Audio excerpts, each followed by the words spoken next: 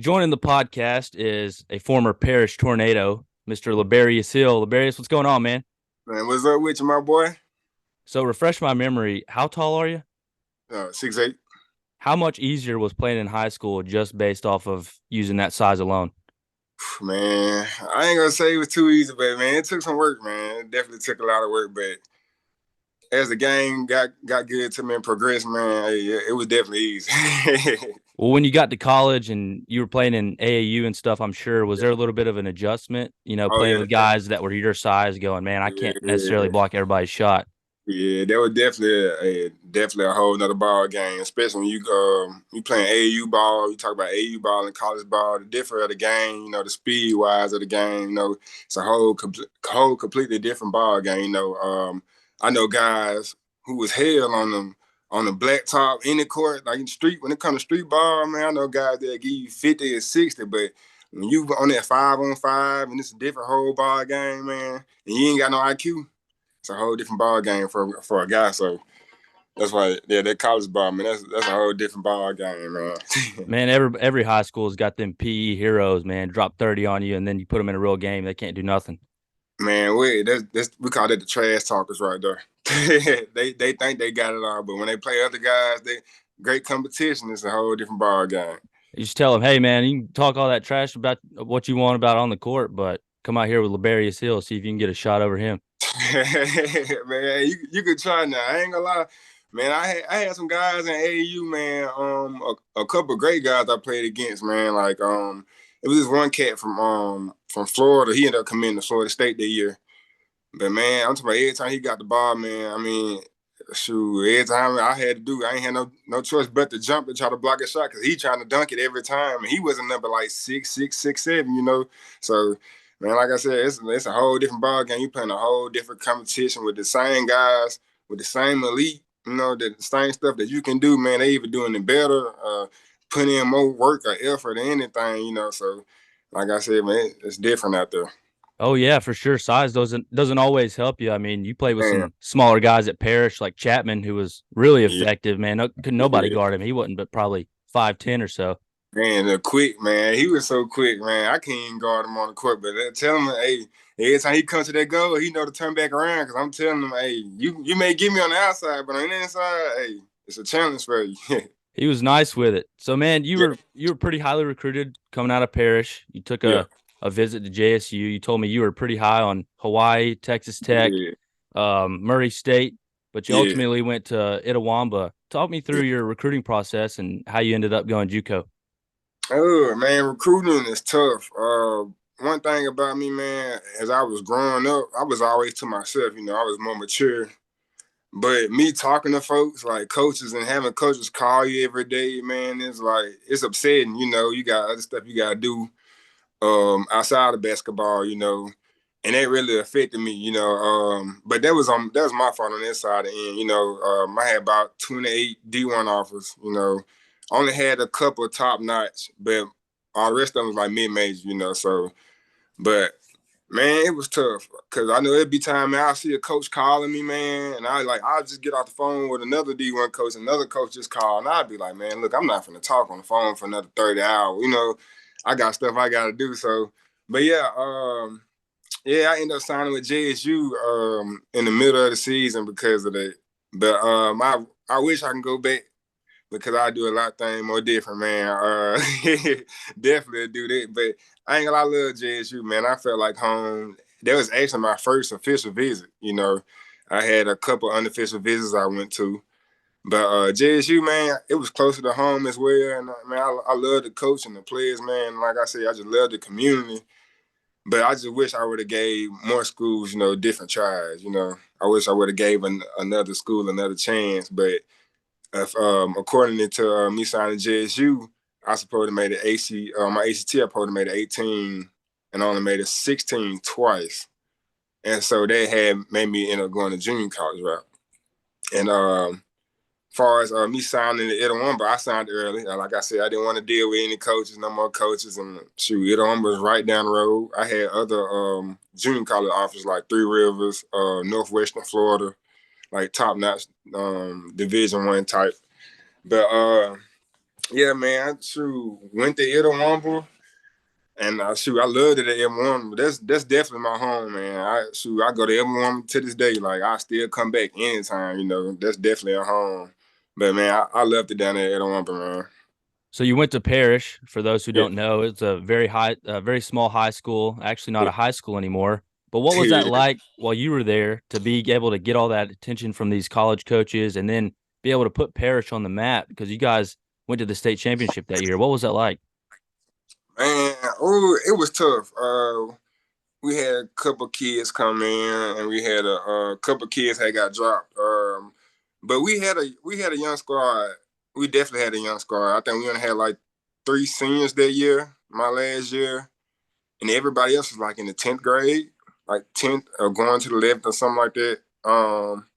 But man, it was fun. Like just being in like from me coming from Center Point, from a 6A school, and then me coming to a 1A, that was definitely a big change. Just not like playing basketball wise, but like the community wise, everything was so much smaller. And I love Parrish. What was that like to transfer from a big school down to a little school? When did you know, hey, we got something here at Parrish? Man, be for real, I didn't even know what I was doing. I ended up getting an arguing with the coach my going to my 11th grade year, and I got a little frustrated that year because I was barely even getting like playing time. And I'm like, I know I'm in the 10th grade, but I'm playing, especially with AU at the time, I was playing with Alabama Challenge, and they was stacked that year. And I'm like, I'm playing with top notch guys. Like these guys I'm playing with, like they starting. Like I'm not mad, I'm not starting anything, but I'm like, shoot, at least give me a chance. And man, when I end up leaving, man, it got a lot of stuff like just like folded a little bit. Like they was trying to say Coach Burns was recruiting, and the crazy part about it, how I met Coach Burns was because of my cousin. My cousin Jaquise Kirk. He ended up playing D1 football. He was pretty good, but he played with Coach Burns. Coach Burns coached him like a couple years, like coming up.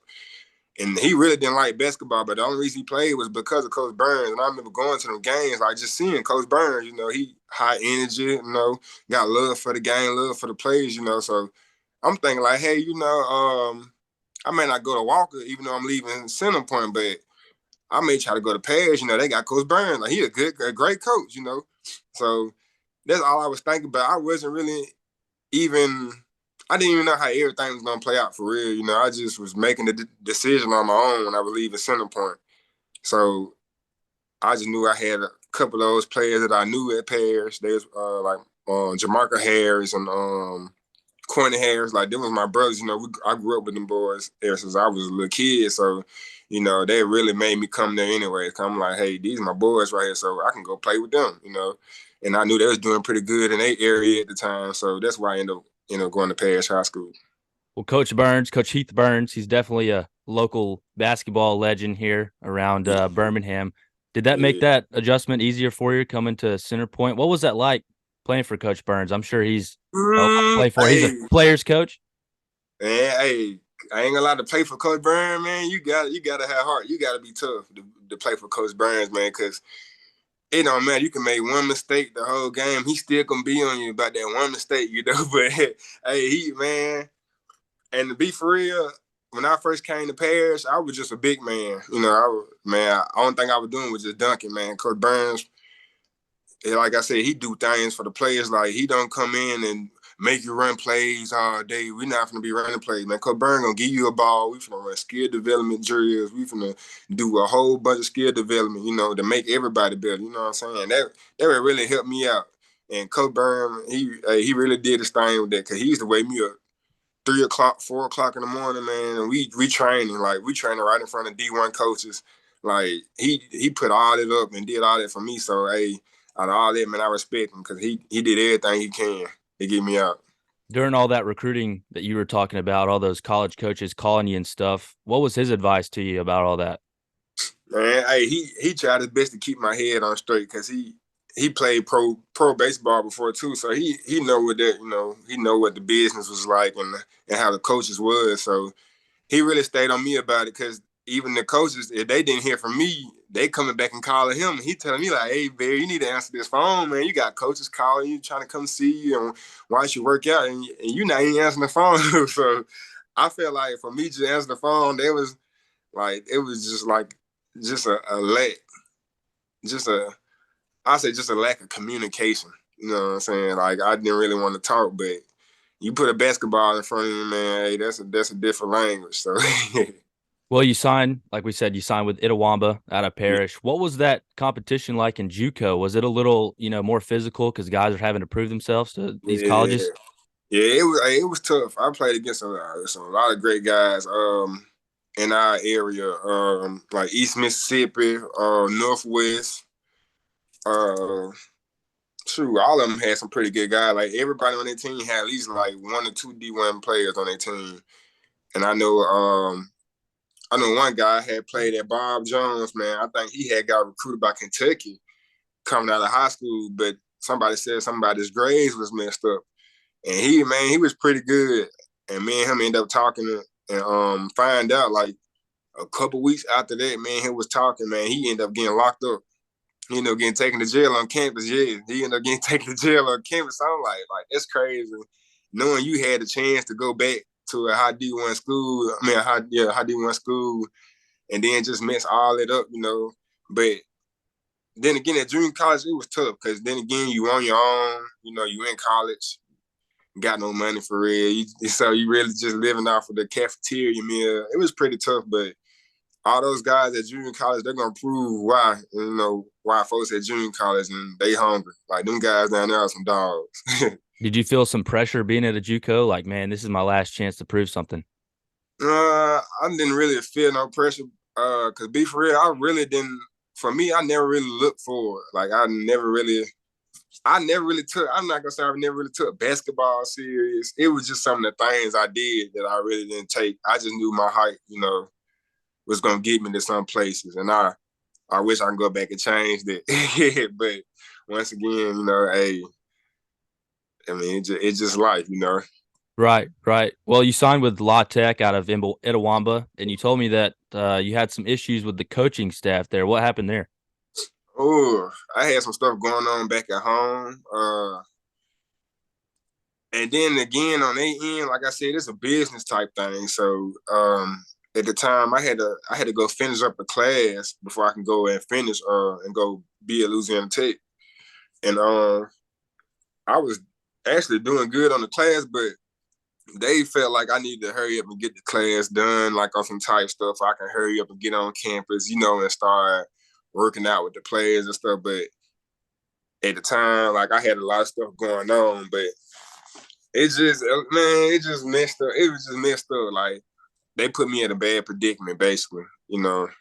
If I would have known I was gonna be in that predicament, I would have signed somewhere else and went somewhere else. But yeah, they did a lot of messed up things, and then on top of that, they they waited to release me.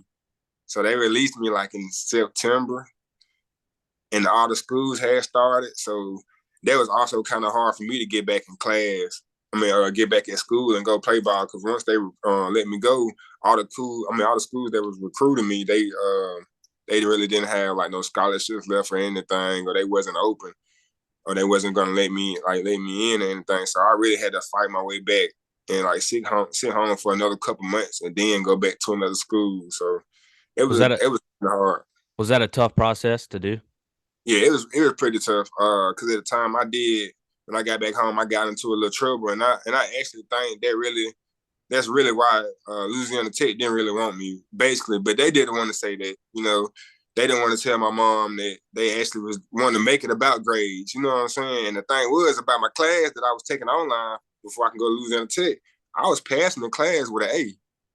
You know what I'm saying? So I'm like, how do you want to make this about a grades thing when I'm actually passing and I'm talking to the assistant coach every day?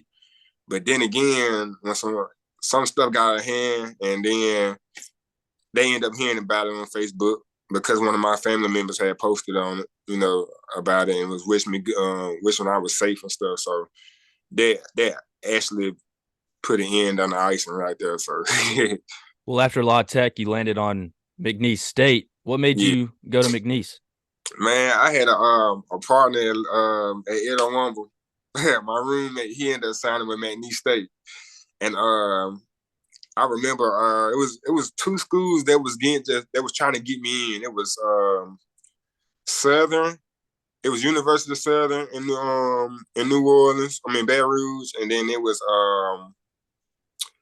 California Bakersfield. California Bakersfield was actually trying to get me in. I was talking to them, but the thing with California Bakersfield, they had some rules that was going on or something like that, and I didn't want to, I didn't want to go down there and especially be away from home. So I was like, well, me being at McNeese State, it was only 3 hours from Louisiana Tech. So I mean, hey, that's close enough.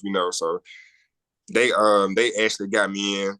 Thanks to my partner and the coach, they actually came and worked things out, and that's how I ended up getting in McNeese State. You told me that you dabbled a little bit after you were done in college in some pro leagues. What was that? Yeah.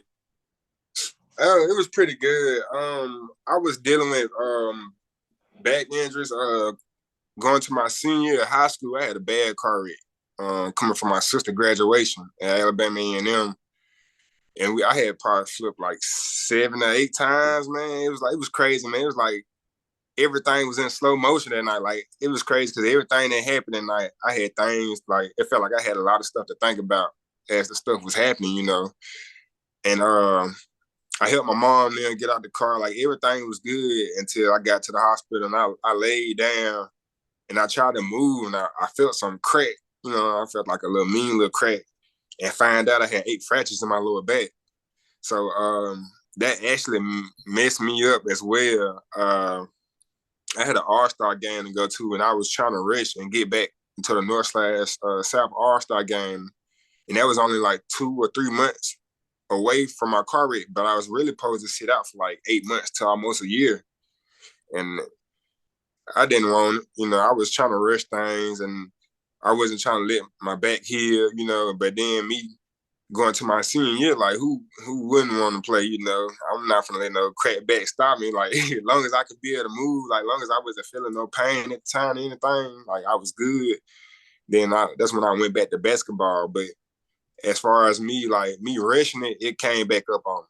Like it snuck back up on me. And then as well, I got drafted last year in the before when I came back home, I started working. I didn't have a job or anything. I started working because all the coaches at McNeese State, they got fired. So I didn't have nobody else to help me out or anything when I came back home. So the first thing I had to do, hey, I got a child, hey, I got to get this money, Shoot, I started working for a couple months, and then I started playing semi-pro in Birmingham, and we was actually pretty good. We was ranked number 9 in the nation. We was actually supposed to go to New York to go to a tournament and for the ABA, but then they ended up canceling it because of coronavirus. So that league was always a little iffy. So once that coronavirus had started, they really put a rock on the semi-pro league. But last year, I ended up getting drafted in the TBL league. It was a new league by former NBA players like Steve Francis. He had a team in Houston.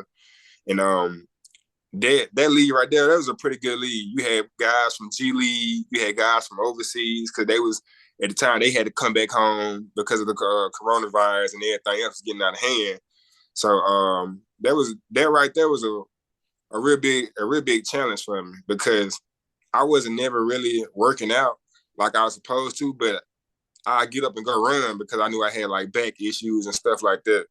But my strength ain't never really caused me no problem on the court. It just either my back. But when I got drafted in the TBL league, I had came back home and went back to the doctor, and I found out I had a cracked rib I was playing with, and I didn't even know it. Like I had went to the doctor to get my back looked at. They did some X-rays and stuff, and the next day he wrote me and was like, "Man, you need to come back. Like this ain't your back. Like this your rib. Like you got a fractured rib." I'm like, "What?" Like so that really put a whole TBL, the team I had got drafted to. I got drafted to Atlanta, number 16, but they had traded me to Omaha. I had went to Nebraska, and I ended up being like the first round, 30 round pick, something like that. And man, they released me when they found out about the other injury because we had other guys that was there. We had a stack team. We had a guy named is Chicken from Montgomery, Craig Sword. He's playing Mississippi State. He was on the squad with me. We had my boy Nigel Jones. He had ended up going #1 in the draft that year in the TBL league. He had went #1. He played overseas and stuff. Like we had a stacked team. We had a guy from the USA team, and like I said, it was a different challenge. Like I was down to doing my thing, shooting shots, dunking on folks. But like I said, when you have another coach and y'all sitting there talk about your recent injuries, and they telling you injury prone, they guarantees business. So at the end of the day, they're gonna let you go. Cause best believe I had another 7'2" guy that was behind me on my team, and he was pretty good and athletic as well. So they let me go, and they really right there put an end to it. Well, I'm not gonna say put an end, but for right now, I sat out for a little, like probably 8 to 9 months to try to get my reel back. And then like I just actually started back getting back in shape like 2 months ago. So I'm actually trying to stay with it right now. But as of right now, I'm just gonna take my time and just see where it goes. Cause I actually have a lot of I have teams overseas that really want me still to attend, like Barcelona and what's the other team? It was some team, I want to say they're from Jamaica or something. I forgot which the team was, but I actually got a couple lineups. I had to just sit down and still talk to my agent where I can. So we just had to see where it go. Well, I hope that works out for you, Barry. I appreciate you taking the time to chat a little ball with me, and stay safe out there, man. Happy New Year's. Man, I appreciate you, man. Happy belated Merry Christmas, man. And Happy New Year's, man. You stay safe out there, man.